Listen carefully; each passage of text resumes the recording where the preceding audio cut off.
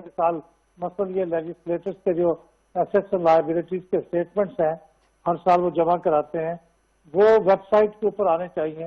اس کے علاوہ یہ بھی کہا گیا ہے کہ جو سیاسی جماعتیں بنتی ہیں وہ صرف 2000 ممبرز شو کر کے بھی وہ انلسٹ ہو سکتی ہیں، تو اس کی تعداد کو 10,000 کر دیا گیا ہے. اور یہ بھی لازمی کیا گیا ہے کہ اس میں سے 20% خواتین ہوں. تو یہ میں سمجھتا ہوں کہ اس میں بہت سی ایسی چیزیں ہیں جو بہت تعمیری ہیں، اور بہت افسوس ہوگا مجھے اگر اس کے اوپر اتفاق رائے نہ ہو سکا. اس میں یہ بھی ہے کہ پولنگ سٹاف جو ہے وہ اس کانسٹیچوئنسی کی بجائے کسی دوسری کانسٹیچوئنسی سے لایا جائے گا تاکہ وہ کسی اس کانسٹیچوئنسی کے طاقتور لوگوں کے اثر میں نہ ہو. پھر 5 الیکشن ایجنٹس کی بھی اجازت دے دی گئی ہے. تو اس طرح کی بہت سی چیزیں ہیں. Open ballot system for Senate یہ بھی اس کے اندر شامل ہے. تو یہ بہت مثبت چیزیں بھی ہیں، لیکن کئی ایسی چیزیں بھی ہیں جن کے اوپر اتفاق رائے نہیں ہے. تو اس اتفاق رائے نہ ہونے کی صورت میں اس کے اوپر کوئی بحث و تبحیث ہوگی، کہیں بیٹھیں گے تو پھر کوئی راستہ نکلے گا درمیانی. لیکن میں بحثیت مجموعی اس پیکج کو تعمیری سمجھتا ہوں اور پروگریسو سمجھتا ہوں. اور جو چند نکات ہیں اس کے اوپر بات ہونی چاہیے. لیکن میں بہت حیران ہوا ہوں کہ اس کے اندر جو پرائم منسٹر صاحب کا سب سے اہم جز ہے الیکٹرانک ووٹنگ مشین، وہ ان 49 نکات میں شامل نہیں ہے. غالباً وہ الگ سے لایا جائے گا، لیکن وہ ان 49 نکات میں شامل نہیں تھا. لیکن اوورسیز پاکستانی کے لیے ووٹنگ کا انتظام جو ہے وہ ان 49 نکات میں شامل ہے. لیکن احمد بلال صاحب آپ نے کہا کہ مجموعی طور پہ آپ اس کو تعمیری سمجھتے ہیں. الیکٹرانک ووٹنگ مشین کے حوالے سے پریس کانفرنس سے بتایا گیا کہ وہ چاہیں گے کہ اس کو الیکٹرانک ووٹنگ مشین کے تحت ووٹس کرائے جائیں. یہ تو میں نے خود لائیو سنی، بابر ایوان صاحب اور فواد چودھری صاحب کہہ رہے تھے، اور انہوں نے کہا الیکٹرانک ووٹنگ مشینز ہم تو چاہیں گے کہ ان کی جو ٹرائلز ہیں وہ بھی آپ کے سامنے شیئر کریں، تاکہ یہ جو تاثر ہے اس کے بارے میں ایک منفی کہ جی اس میں کوئی بھی گڑبڑ ہو سکتی ہے، ہیک کیا جا سکتا ہے، تو اس کے احتمال کے لیے بھی بندوبست کیا گیا. تو ای وی ایمز کا تو بڑے واضح انداز میں ذکر کیا جا رہا تھا کہ ای وی ایمز کے تحت جو ہے وہ الیکشن کروائے جائیں گے. اور بلکہ بابر ایوان صاحب نے تو کہا لاہور ہائی کورٹ بار کے ایسوسی ایشن ای وی ایمز کی الیکٹرانک ووٹنگ کے تحت بھی ہوئے ہیں. یہ بالکل صحیح بات ہے. وزیر اعظم خود یہ بات کہہ چکے ہیں جی. اسی لیے تو مجھے حیرانی ہے کہ ان 49 نکات میں وہ شامل نہیں ہے. اس کے لیے شاید کوئی الگ بل لائیں گے یا اس کے اندر پھر مزید ایڈیشن کی جائے گی. لیکن یہ بات صحیح ہے کہ وہ تو اہم ترین نقطہ ہے. لیکن میں اس میں ایک خاص چیز آپ کے علم میں لانا چاہتا ہوں جی. کہ دیکھیے جو 2017 کا الیکشن ایکٹ تھا اس کے اندر 2 سیکشن ایسے ہیں، ایک ای وی ایم سے متعلق ہے، ایک اوورسیز پاکستانی کے ووٹنگ سے متعلق. اس میں الیکشن کمیشن کو کہا گیا تھا کہ آپ ایکسپیریمنٹل بنیاد پہ ایک پائلٹ پروجیکٹ کریں، ای وی ایمز لیں، پروکیور کریں، اور ان ای وی ایمز کو بائی الیکشن میں استعمال کرنے کے بعد جو پائلٹ پروجیکٹ ہے اس کی رپورٹ ہمیں جمع کرائیں. جی جی. تو الیکشن کمیشن یہ رپورٹ جمع کرا چکا ہوا ہے، لیکن پچھلے 3 سال سے رپورٹ جمع ہے لیکن اس پہ بحث نہیں ہو رہی. تو میرے خیال میں اگر اس پہ بھی بحث ہو جائے اور اس کی روشنی میں لیجسلیشن ہو جائے تو اس کے بعد پھر ای وی ایم جو لانے کا سوال ہے وہ الیکشن کمیشن پہ چھوڑ دیا جائے. یہ اس کا کام ہے. یہ ای وی ایم حکومت کا کام نہیں ہے کہ وہ پروکیور کرے اور وہ بنائے اور اس کی ڈیمانسٹریشن دے. اچھا، آپ کی رائے میں الیکشن کمیشن کی یہ صوابدید ہونی چاہیے کہ جو ای وی ایمز ہیں وہ اس حوالے سے تمام معاملات کو انیشیٹ کریں. آپ سمجھتے ہیں اس سے جو ٹرسٹ جو ہے وہ اگر کوئی تھوڑا بہت فقدان پائے جاتا ہے؟ کیونکہ اپوزیشن شہباز شریف صاحب کو میں سن رہا تھا، وہ کہہ رہے تھے کہ دنیا میں اے وی ایم سے انہوں نے چند ممالک کی اگزامپل دی، جرمنی کی تھی اور ممالک کی، کہ وہ واپس ای وی ایم سے ہٹ کے دوبارہ ووٹرز کے ذریعے جو بیلٹنگ ہوتی ہے اس کی طرف آ رہے ہیں. میں آپ کا انالیسس چاہنا چاہوں گا کیونکہ آپ ٹرانسپیرنسی کے والے سے آپ نے بہت سے مکالمے کروائے، ڈائلاگس کروائے. آپ سمجھتے ہیں کہ ای وی ایمز یہ جو بلا سب اکثر ہو جاتا ہے کہ جی ووٹ ہمارے ڈبے پہلے تو غائب ہو جاتے تھے، اب کہتے ہیں جی ووٹرز جو ہیں ووٹ کمپائل نہیں ہو رہے. ابھی دیکھیں لاہور این اے 249 کراچی میں شہری حلقہ تھا اور اس پہ 7-8 گھنٹے لگ گئے. آپ سمجھتے ہیں ای وی ایمز اگر متعارف ہوتی ہیں تو وہ وقت نہیں لگے گا اور وہ معاملہ نہیں آئے گا کہ جی ابھی پریزائڈنگ آفیسرز کا نہیں پتہ چل رہا، ووٹ واٹس ایپ پر نہیں آ رہے ریزلٹس، یہ ایشوز ریزالو ہو جائیں گے اس سے؟ دیکھیے، یہ اگر این اے 249 کی ایگزامپل ہی لے لی جائے جی، تو وہاں پہ ایک پولنگ اسٹیشن پہ کوئی 250 کے قریب ووٹ تھے. بہت تھوڑے ووٹنگ ہوئی تھی، بہت تھوڑے ووٹ پول ہوئے تھے اور ایک ہی شہر کے اندر پولنگ ہو رہی تھی. تو اس میں بہت دیر لگنی نہیں چاہیے تھی جی، اور وہ بہت جلدی ریزلٹ 5 بجے ختم ہوئی تو 7-8 بجے تک ریزلٹ آ جاتے. 2 بجے تک ہمارا قانون کہتا ہے کہ 2 بجے تک تو لازمی پروویژنل ریزلٹ آ جانے چاہیے، لیکن وہ 4:30 پونے 5 بجے کے قریب آئے. تو اس کا مطلب یہ ہے کہ یہ کوئی نارمل چیز تو نہیں تھی. جی، مجھے ڈر یہ ہے کہ جب اس قسم کے حالات ہوں کہ لوگ سسٹم کو انڈرمائن کرنے کی کوشش کر رہے ہوں تو پھر اس بات کی کیا ضمانت ہے کہ وہ ای وی ایم لے کے کوئی لوگ غائب نہیں ہو جائیں گے، ای وی ایم کو نہیں بدل دیں گے، اس کے اندر کوئی چپ کی پروگرامنگ کو چینج نہیں کر دیں گے. تو میں ذاتی طور پہ سمجھتا ہوں کہ یہ اگر خیال یہ ہے کہ ای وی ایم کے آنے کے بعد الیکشن متنازع نہیں ہوں گے تو یہ توقع ریئلسٹک نہیں ہے. اچھا، میرے خیال میں اس کے بعد بھی ہوں گے اور یہ بہت مہنگا سودا ہوگا کیونکہ 120 بلین روپے لگیں گے، 3.5 لاکھ آپ کو ای وی ایم لینے پڑیں گے اور یہ 2023 سے پہلے تو یہ کسی صورت ممکن نہیں ہے کہ آپ انہیں پروکیور کر لیں، اس پہ لوگوں کی ٹریننگ کر دیں، اس کی سٹوریج فیسلٹی بھی تیار کر دیں. تو مجھے لیکن اگر یہ سٹارٹ ہو جائے، اتفاق رائے ہو جائے تو اگر 23 پہ نہیں ہوں گے تو 28 پہ ہو جائیں گے. لیکن یہ ہے کہ یہ جو متنازع الیکشن کا معاملہ ہے وہ ایک دوسرا معاملہ ہے، اس میں مداخلتیں ہوتی ہیں، اس کی وجہ سے مسئلہ پیدا ہوتا ہے. یہ ایک پولیٹیکل کلچر جو ڈیولپ ہوگا تو پھر چیزیں بہتر ہوں گی. ای وی ایم بیچارہ اس میں کچھ نہیں کر سکے. اچھا، اس میں ایک اور بھی شک ہے، میں آپ سے جاننا چاہوں گا کہ پریزائڈنگ آفیسرز یا آر اوز، ظاہر بات ہے ان کے خلاف بھی اگر کوئی کینڈیڈیٹ اس کو کوئی اعتراض ہے تو وہ تعیناتی کے 15 روز کے اندر اس کو چیلنج کر سکتا ہے. میرے خیال میں پہلے یہ قانون نہیں پایا جاتا اور ہم نے دیکھا چاہے وہ پی ٹی اے کے کینڈیڈیٹ ہو اسجد ملی صاحب، ان کو آر او جو ڈسکا الیکشن کے تھے ان پہ اعتراض تھا، مفتاح اسماعیل صاحب کو آر او جو این اے 249 ہے ان پر اعتراض ہے. تو آپ سمجھتے ہیں اگر یہ بھی قانون آتا ہے تو یہ اچھا قانون ہوگا؟ یہ بہت اچھا قانون ہے اور اس کے ساتھ ایک دوسرا جو شک ہے اس میں انہوں نے کہا ہے کہ اگر کوئی پریزائڈنگ آفیسر الیکٹورل قوانین یا رولز کی خلاف ورزی کرے گا تو اس کے خلاف پینلٹی بھی ہوگی. اچھا، یعنی اس کو سزا بھی دی جا سکتی ہے. تو اس معاملے میں بہت سی چیزیں میں سمجھتا ہوں کہ اس پیکج کے اندر بہت سی چیزیں اچھی بھی ہیں. میں ذاتی طور پہ سمجھتا ہوں کہ سیاسی جماعتوں کے سالانہ جلسے ہونے چاہیے، وہ اس کے اندر شامل کیا گیا ہے کہ اینول کنونشن ہو اور ان کے اینول کنونشن میں پاکستان کے جو 10 بڑے مسائل ہیں ان کے اوپر بحث ہو. تو یہ بھی بہت اچھی بات ہے. اس طرح سے بہت سی چیزیں ہیں، کچھ چیزوں پہ اختلاف بھی ہے. مثال کے طور سے اس پہ ایک اچھی بات یہ بھی ہے کہ اب یہ جو آپ کی ڈیمارکیشن ہوتی ہے کانسٹیچوئنسی کی، وہ ووٹرز کی تعداد کی بنیاد پہ ہوگی نہ کہ آبادی کی بنیاد پہ. تو یہ بھی ایک اچھی چیز ہے. لیکن اور بہت سی چیزیں ہیں جن کے اوپر میں سمجھتا ہوں کہ اتفاق رائے شاید اتنی آسانی سے نہیں ہوگا. لیکن یہ تو ہوتا ہے کہ جب مختلف پارٹیاں بیٹھتی ہیں تو ہر چیز کے اوپر اتفاق رائے نہیں ہوتا. کچھ چیزیں لیئر 2 کے تحت پھر طے پاتی ہیں، کچھ باتیں تبدیل ہو جائیں گی، کچھ کو امینڈ کر دیا جائے گا، کچھ کو حذف کر دیا جائے گا.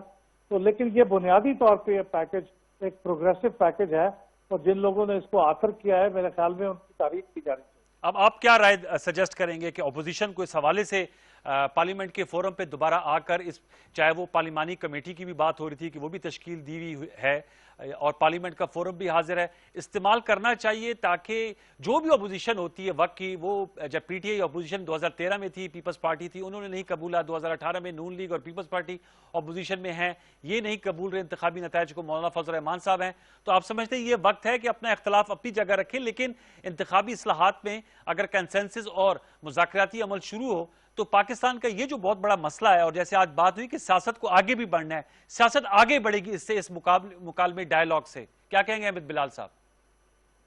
دیکھیے آئیڈیل بات تو یہی ہے، بلکہ آئیڈیل کیا، یہ تو پریکٹیکیبل بات بھی ہے سر کہ یہ سیاسی جماعتیں جو اپوزیشن میں ہیں اور وہ سیاسی جماعتیں جو حکومت میں ہیں، یہ مل کے بیٹھے ایک کمیٹی کے اندر. پہلے بھی ایسے ہی ہوا تھا، آپ الیکشن ایکٹ 2017 جب بنا تھا تو یہ ایسے ہی ہوا تھا کہ ایک کمیٹی بنی تھی، اس کی سب کمیٹیاں تھیں. مجھے یاد ہے الیکٹرانک ووٹنگ مشین کی جو سب کمیٹی تھی، اس کی چیئرمین شپ موجودہ جو صدر ہیں عارف الوی صاحب اس وقت MNA تھے، وہ کر رہے تھے. لیکن بات یہ ہے کہ اس وقت بد اعتمادی بہت زیادہ ہے. سیاسی جماعتیں محسوس کرتی ہیں اپوزیشن کی کہ اگر ہم ان کے ساتھ جا کے بیٹھیں گے اور کوئی تجاویز دیں گے تو پھر باہر نکل کے وہ کہیں گے یہ تو NRO مانگ رہے تھے، جیسے ماضی میں ایک آدھ دفعہ ہوا. تو یہ بد اعتمادی کی فضا کو دور کرنے کے لیے یہ ایک دوسرے کے اوپر کچھ عرصے کے لیے اگر گولہ باری بند کر دی جائے اور شدید اور سخت الفاظ کا ایک دوسرے کے بارے میں استعمال کو روک دیا جائے تو شاید پھر کچھ ماحول ٹھنڈا ہو جائے اور وزیر اعظم صاحب پھر فون اٹھائیں اور شاید اس اختلاف کو مدعو کریں کہ آپ آ کے اس کے اوپر بات کریں، تو شاید پھر صورتحال بہتر ہو سکتی ہے. لیکن حکومت کو میرے خیال میں اس پہ انیشیٹو لینا پڑے گا، کیونکہ وہ حکومت ہے، طاقت کا منبع بھی وہی ہے، بڑی پارٹی بھی وہی ہے، تو ان کو ذرا تھوڑا سا زیادہ لچک دکھانی پڑے. Sir last couple of question, مجھے یہ بتائیے کہ سمندر بار پاکستانیوں کو ووٹ کا حق، آپ کیا سمجھتے ہیں ان کو حق ملنا چاہیے؟ 90 لاکھ پاکستانی جو باہر رہتے ہیں. میں آپ کے ساتھ بات آتا ہوں احمد بلال صاحب. فاروق حبیب صاحب وزیر مملکت برائے اطلاعات و نشریات ہمارے ساتھ موجود ہیں، ان کو ویلکم کرتے ہیں. فاروق حبیب صاحب السلام علیکم. وعلیکم السلام. فاروق صاحب سب سے پہلے آپ کو بہت بہت مبارک ہو وزیر مملکت برائے اطلاعات و نشریات بننے کے حوالے سے. چونکہ آپ سے بات چیت ہو رہی ہے، پہلے تو ہماری جانب سے مبارکباد قبول کیجئے گا.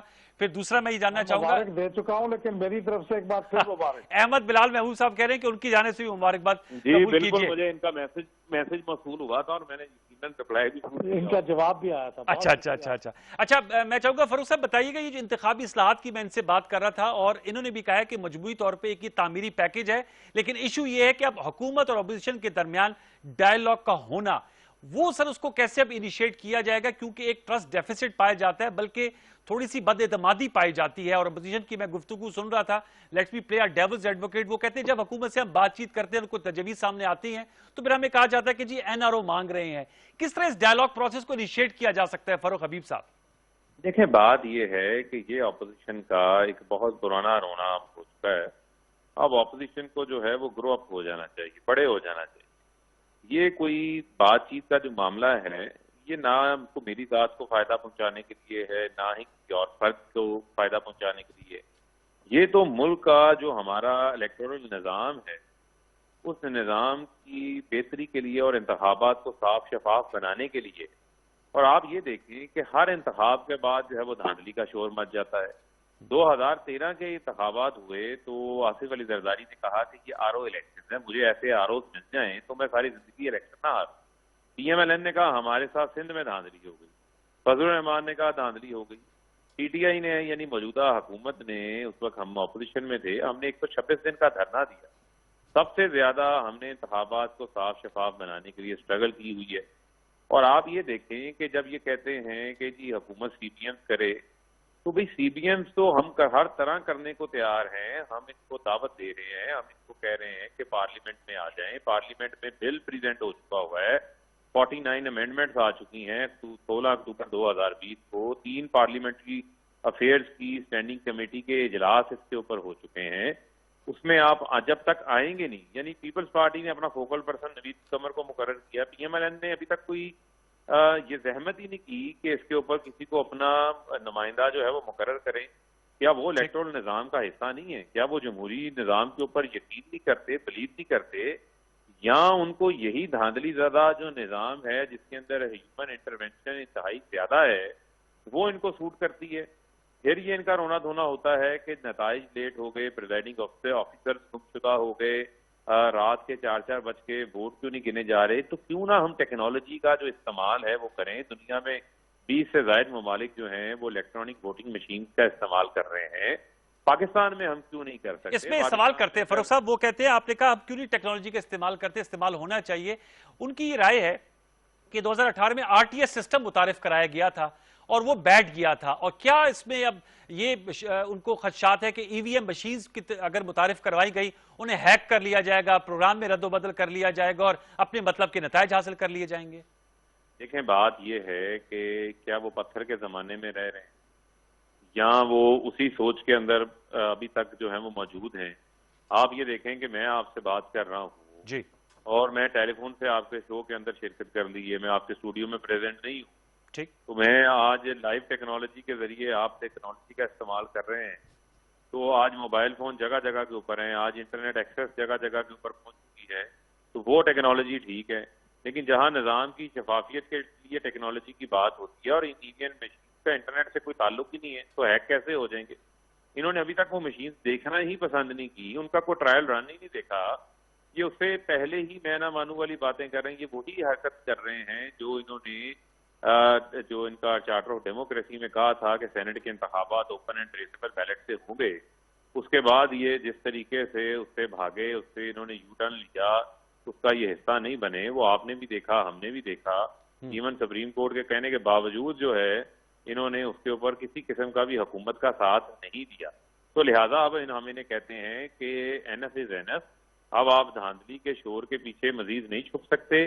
اب آپ کو پارلیمنٹ کے اندر آنا ہوگا. پاکستان کی عوام بھی یہی چاہتے ہیں اور میں چاہتا ہوں کہ میڈیا بھی اس کے اوپر بات کرے، سول سوسائٹی بھی اس کے اوپر بات کرے کہ اپوزیشن اپنی ذاتی انا کو، ذاتی پسند ناپسند کو قومی مفاد سے بالا تر نہ رکھے.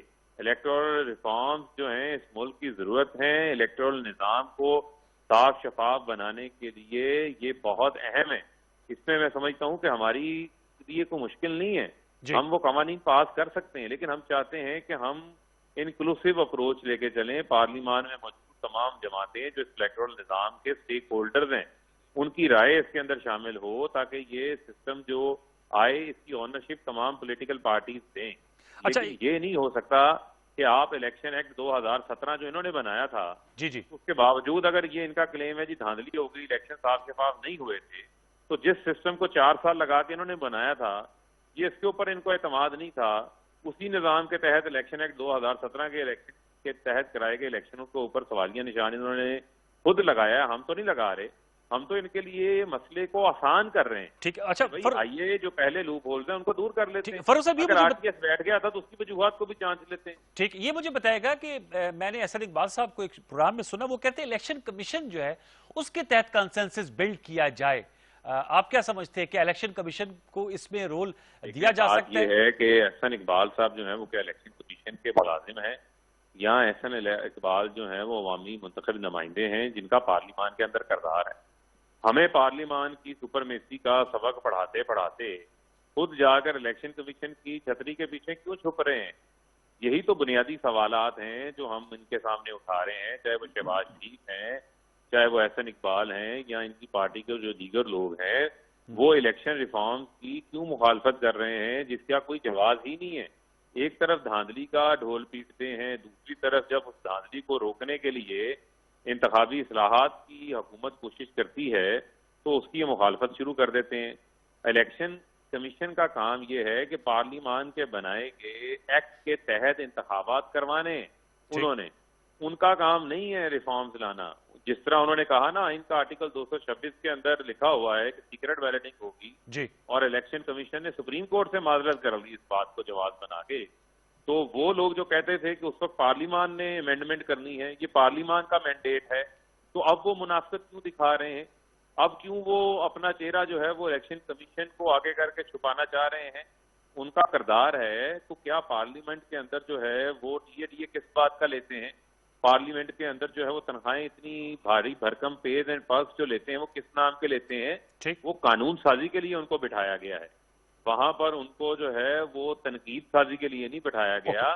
ان کو وہاں پر کنسٹرکٹیو کام کے لیے بٹھایا گیا ہے. اچھا یہ مجھے بتائے گا، یہ ایک تو آج اس قسم کی اپروچ جو ہے ان کو کسی قسم کا کوئی فائدہ نہیں پہنچائے گی. فاروق صاحب مجھے یہ بھی ضرور بتائیے گا کہ پرائم منسٹر عمران خان صاحب نے بھی ٹویٹ کیا اور انہوں نے کہا کہ یہ NA 249 کا الیکشن اور 10 کا اور سینٹ اس کے بعد وقت آ گیا، ہم اپوزیشن سے کہہ رہے ہیں کہ وہ مذاکرات کے لیے آگے بڑھیں. آج پریس کانفرنس پہ بھی کہا گیا، فواد چودھری صاحب اور ڈاکٹر بابر اعوان صاحب کہہ رہے تھے، آپ بھی یہ بات کر رہے ہیں. کیا کوئی اب یہی طریقہ کار ہوگا اپوزیشن کو اپروچ کرنے کا، یا کوئی اور بھی فارمل طریقہ کار ہوتا ہے جس کے تحت اپوزیشن کو بلایا جاتا ہے کہ جی یہ فورم حاضر ہے، اب مذاکراتی عمل شروع کیا جائے؟ میں جاننا چاہوں اس کا پروسیجر کیا ہوتا ہے، یا انہی پیغامات سے یہ ڈائلاگ شروع ہوتا ہے؟ دیکھیں بات یہ ہے، وزیر اعظم نے اسپیکر قومی اسمبلی کو ایک خط لکھا. اس خط میں انہوں نے الیکشن ریفارمز کے حوالے سے بات کی. اسپیکر نے اس کے اوپر کمیٹی بھی قائم کی، سینئر اراکین اسمبلی کے پر مشتمل ایک کمیٹی بھی قائم ہے. ٹھیک. اب بات یہ ہے، حکومت تو انیشیٹ کر چکی ہے، بل ٹیبل ہو چکا ہے. بل کے اندر مزید امینڈمنٹس اگر اپوزیشن پیش کرنا چاہتی ہے، تجاویز لانا چاہتی ہے، اس کو ہم موسٹ ویلکم کریں گے، اس کو ہم خوش آئند کہیں گے، لیکن اس کا حصہ تو بنے. اب یہ تو نہیں ہو سکتا کہ ضرورت سب کی ہو الیکٹورل ریفارم، لیکن چونکہ جو حکومت جو ہے وہ آئے اور وہ آ کر ان کی جو ہے وہ منت سماجت کرے اور وہ آ کر جو ہے ان کا ایگو مساج کرے، وہ تو میں سمجھتا ہوں کہ اس قسم کا معاملہ تو نہیں ہو سکتا. جب سسٹم کے سٹیک ہولڈر سب ہیں تو پھر اس کے اوپر کسی کو بھی پیچھے سے نہیں رہنا چاہیے، رہنے سے گریز بھی نہیں کرنا چاہیے. جو اس سے پیچھے رہے گا کل کو میں سمجھتا ہوں کہ اس کو جواب دہ ہونا پڑے گا، عوام کے سامنے بھی اور میڈیا کے سامنے بھی اور پارلیمان کے سامنے بھی. جب آپ کو موقع فراہم کیا جا رہا تھا اس وقت آپ لیم ایکسکیوزز کے پیچھے کیوں چھپ رہے تھے؟ اس وقت آپ پارلیمان کو نہیں چلنے دے رہے تھے، اس وقت آپ بائیکاٹ کی سیاست کر رہے تھے. تو لہٰذا یہ اب وقت ہے جس وقت کے اوپر جو ہے قوم بھی دیکھ رہی ہے کہ کس کا کیا کردار ہے. کرکٹ میں نیوٹرل امپائر کون لے کر آیا تھا؟ عمران خان لے کر آیا تھا. یہ انتخابات کے اندر جو ہے وہ شفافیت کی بات کس نے کی؟ وہ عمران خان نے کی. اس ملک کے اندر جو احتساب کی بات ہے کس نے کی؟ وہ عمران خان نے کی. تو میں یہ سمجھتا ہوں کہ وزیر اعظم صاحب نے تو ہمیشہ پہلا قدم لیا اور وہ تو ہمیشہ اس حوالے سے سنجیدہ رہے ہیں، اور کرپٹ پریکٹس کو روکنے کے حوالے سے، انتخابات کے اندر شفافیت قائم کرنے کے حوالے سے عمران خان صاحب کا ایک لیڈنگ رول ہے، ایک لیڈنگ کردار ہے. اب میں یہ سمجھتا ہوں کہ اس میں آپ جیسے جو صحافی ہیں، جو میڈیا ہیں، ان کا بھی یہ کردار ہے کہ انا کیا ہے، کوئی آپ کی انا ہے. اگر وزیر اعظم خود کہہ رہے ہیں کہ بھئی ہم آپ کے ساتھ سوائے آپ کے احتساب کے کیسز کے اوپر NRO دینے کے علاوہ ہم آپ کے ساتھ ملک کی مفاد کے لیے ہر چیز کے اوپر بات کرنے کو تیار ہیں، تو پھر میں سمجھتا ہوں کہ اگر اپوزیشن جو کہتی ہے بار بار کہ جی ہمیں NRO نہیں چاہیے اور ہم NRO کے لیے یا بلیک میل کرنے کے لیے جلسے جلوس احتجاج نہیں کرتے، تو پھر اب اس کے اوپر، اس موقع کے اوپر آگے آئیں. ان کو تو بلکہ فرنٹ لائن کے اوپر ہونا چاہیے، کیونکہ تازہ کلیم تو نہیں کہا نا دھاندلی کا. وہی بار بار بات کر رہے ہیں. صحیح بات ہے. اگر دھاندلی کو روکنا ہے تو اس کے لیے اصلاحات کرنی ہوگی. الیکٹورل ریفارم ضروری ہیں. الیکٹورل ریفارمز کے ذریعے انتخابات کو صاف شفاف بنایا جائے گا. اس میں بہت ساری چیزیں جو ہیں وہ اور بھی شامل ہو جائیں گی. اوورسیز ووٹرز کو رائٹ دینے کا معاملہ ہے، الیکشن کمیشن کو فائنینشیل اٹانومی دینے کا معاملہ ہے، ایک پولنگ ایجنٹ کی جگہ 5 پولنگ ایجنٹ بٹھانے ہیں، جو آپ کی حلقہ بندیاں ہیں وہ آبادی کے تناسب پر ہوں گی یا آپ کے ووٹرز کے تناسب سے ہوں گی. اس میں بہت ساری ایسی چیزیں ہیں جن کے اوپر بحث بھی ضروری ہے اور وہ غور طلب ہے، اور وہ میں سمجھتا ہوں کہ ناگزیر ہیں آئندہ جو 2023 کا آنے والے عام انتخابات ہیں.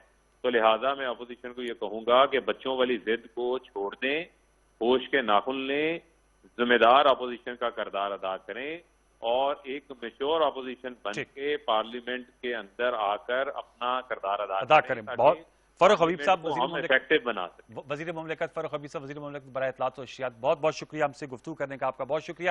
احمد بلال محمود صاحب کیا کہیں گے، ایگوز کو اپنی پس پشت ڈال دینا چاہیے، حکومت ہو اپوزیشن ہو؟ فاروق حبیب صاحب چونکہ اب ظاہر بات ہے حکومت کے اسپوکس پرسن ہے، وہ بڑے کلیئرٹی کے ساتھ کہہ رہے تھے کہ اس میں ظاہر بات اپوزیشن کا بھی فائدہ ہے، حکومت کے تمام پولیٹیکل پارٹیز کا فائدہ ہے اگر الیکشن کے لیے کنسنسس بلڈ ہو اور ریفارمز کا پروسیس سامنے آئے. کیا کہیں گے بلال صاحب، سم اپ کیجئے سیگمنٹ کو. میں تو پھر وہی کہوں گا کہ یہ جو پانی اتنا گدلا ہو چکا ہے کہ اب اپوزیشن اس طرح کی کسی فورم پہ اکٹھے بیٹھنے کے لیے تیار نہیں ہے. یہ مجھے بہت افسوس کے ساتھ کہنا پڑتا ہے کہ یہ سچویشن ہے.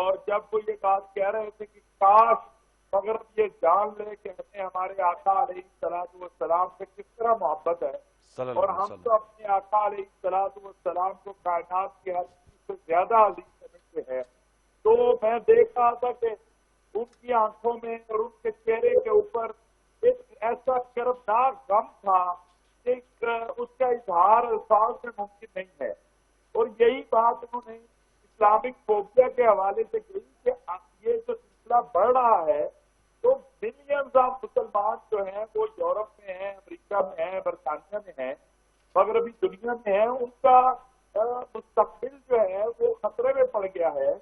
اور پھر الحمدللہ بڑے اچھے انداز سے تمام اسلامی ممالک کے سفراء نے، خواہ وہ فلسطین کے سفیر تھے، خواہ وہ متحدہ عرب امارات کے سفیر تھے، عراق کے تھے، مصر کے تھے، ترکمانستان کے جتنے بھی سفراء تھے، تمام انہوں نے وزیر اعظم کی اس بات کو نہ صرف اپریشیٹ کیا بلکہ انہوں نے کہا کہ ہم آپ کے ساتھ ترکی کے ہم آپ کے ساتھ مکمل تعاون کریں گے، اور پاکستان نے یہ جو قدم اٹھایا ہے انشاءاللہ یہ اس قدم میں ہم آپ کے ساتھ شامل ہوں گے. ملیشیا، انڈونیشیا کے سفراء نے کہا، وہاں میڈیا کی بات ہوئی کہ جس طرح میڈیا، سوشل میڈیا سے اسلام کی تصویر جو ہے وہ مسخ کر کے پھینکی جاتی ہے، اس انداز سے رسول اکرم صلی اللہ علیہ وسلم کے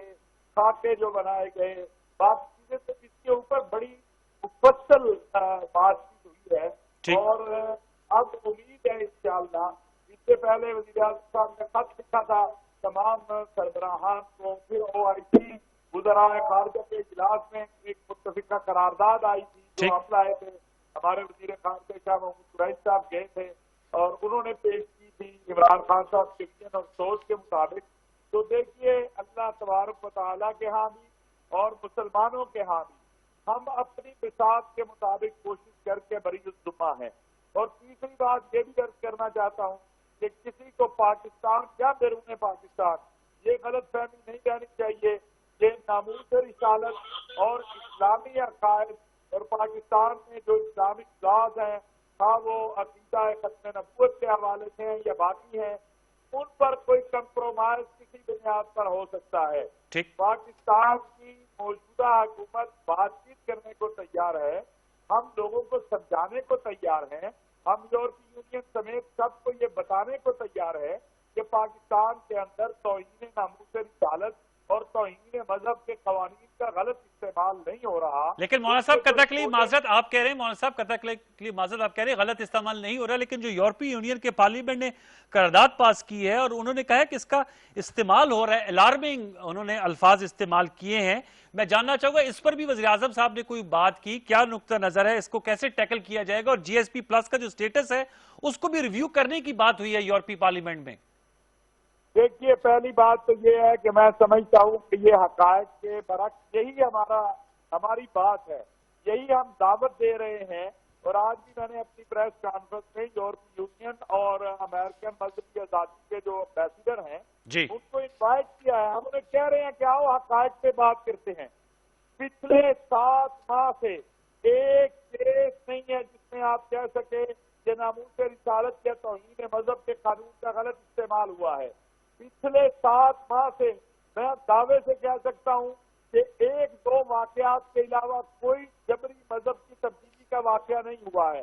پرابلم یہ ہے جہاں چند لوگ ہیں یا باہر بیٹھے ہوئے ہیں جو پاکستان کا چہرہ مسخ کرنا چاہتے ہیں، وہ ہندوستانی امدادیوں کے ساتھ مل کر ہندوستان کی اور پاکستان دشمن قوتوں کے ساتھ مل کر پاکستان کے اور اسلام کے خلاف جو ہے پراپیگنڈا کر رہے ہیں. ہم انشاءاللہ اب پوری صراحت کے ساتھ وضاحت کے ساتھ دنیا کو بتائیں گے کہ پاکستان کے اندر جو ناموس رسالت اور توہین مذہب کے قوانین ہیں اس سے کئی جانیں محفوظ ہوئی ہیں، اس سے بہت ساری چیزیں بہتر ہوئی ہیں. ان 7 ماہ میں ہم بتا سکتے ہیں کئی واقعات کہ جہاں پر جب بات چیت ہوئی اس کے نتیجے میں بہتری آئی. تو اس قانون کے نتیجے میں عیسیٰ مسیح جو ہے وہ آج زندہ ہے. اوکے. اس قانون کے نتیجے میں بہت سارے ایسے لوگ بتا سکتا ہوں جو آج اپنے گھروں میں آباد ہیں.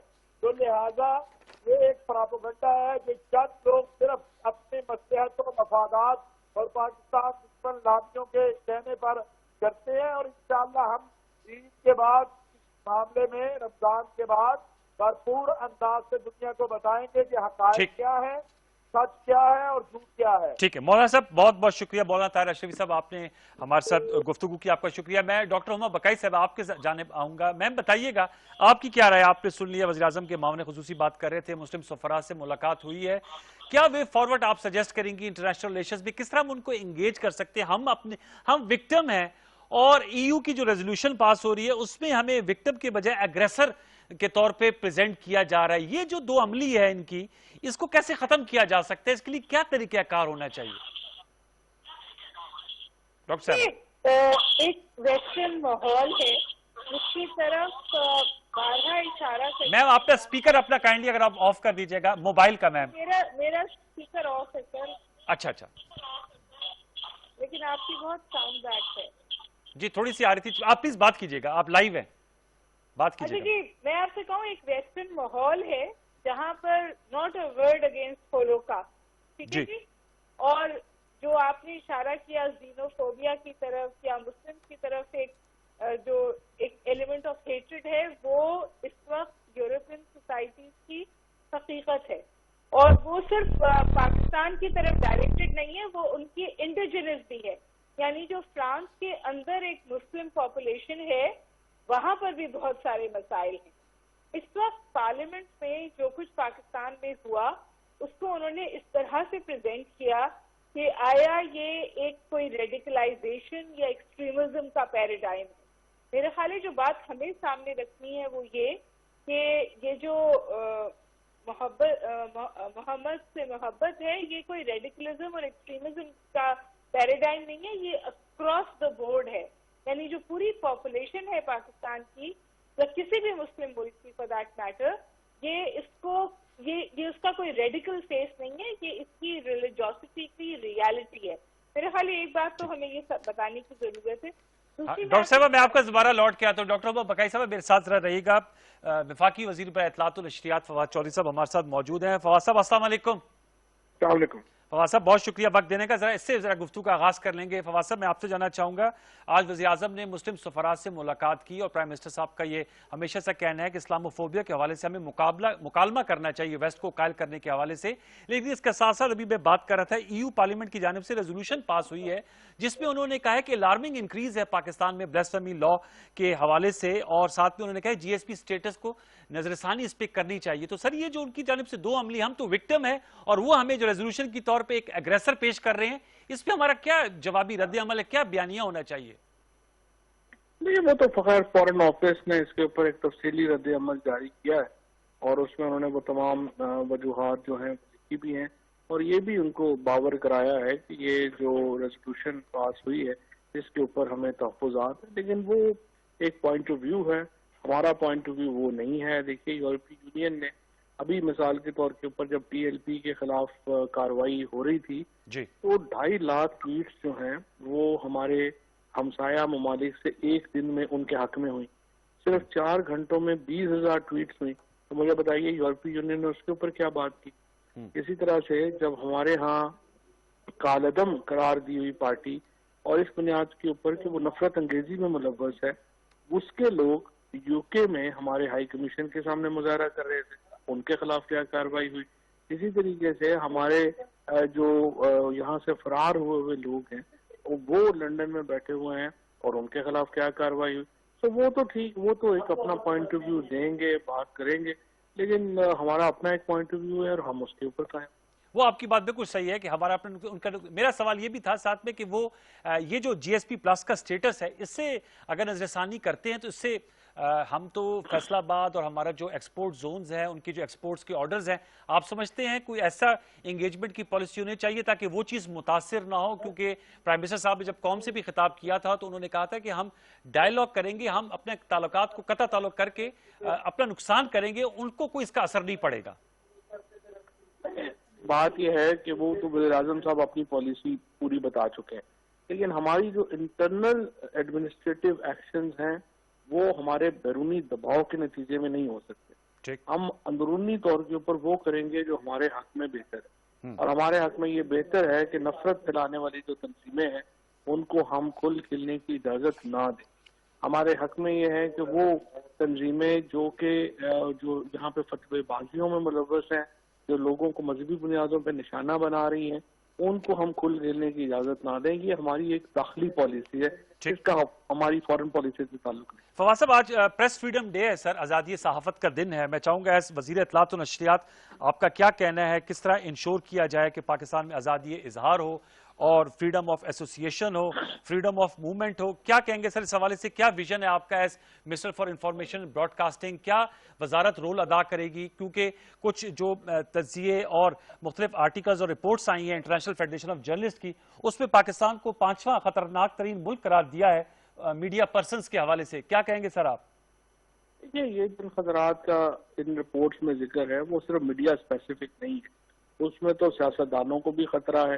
اگر شدت پسندوں کی طرف سے یا ٹیررسٹ کی طرف سے خطرہ ہے تو اس میں وکیلوں کو بھی خطرہ ہے، اس میں تو تمام شعبوں کے جو لوگ ہیں ان کو خطرہ ہے. تو وہ جرنلسٹ اسپیسیفک تو نہیں اس کو خطرہ کہا جا سکتا. پاکستان جو ہے اس وقت فری پریس کے حوالے سے ایک دنیا کے ان چند ممالک میں شامل ہے جہاں پر اتنی آزادی حاصل ہے کہ جرنلسٹ صاحبان کچھ کر بھی لیں گے تو ان کے خلاف جو ہے کوئی قانون نہیں ہے جس کے اوپر آپ ان کی پکڑ کر سکیں. ابھی آپ نے پچھلے دنوں دیکھا جو بشیر میمن کا واقعہ ہوا، کہ پورا پروگرام جو ہے وہ کیا گیا اور اس کے بعد آپ دیکھیں وہاں پہ کچھ نہیں ہو سکتا. اسی طریقے سے روزانہ فیک نیوز چلتی ہیں، آپ اس کے اوپر کچھ بہت نہیں کر سکتے.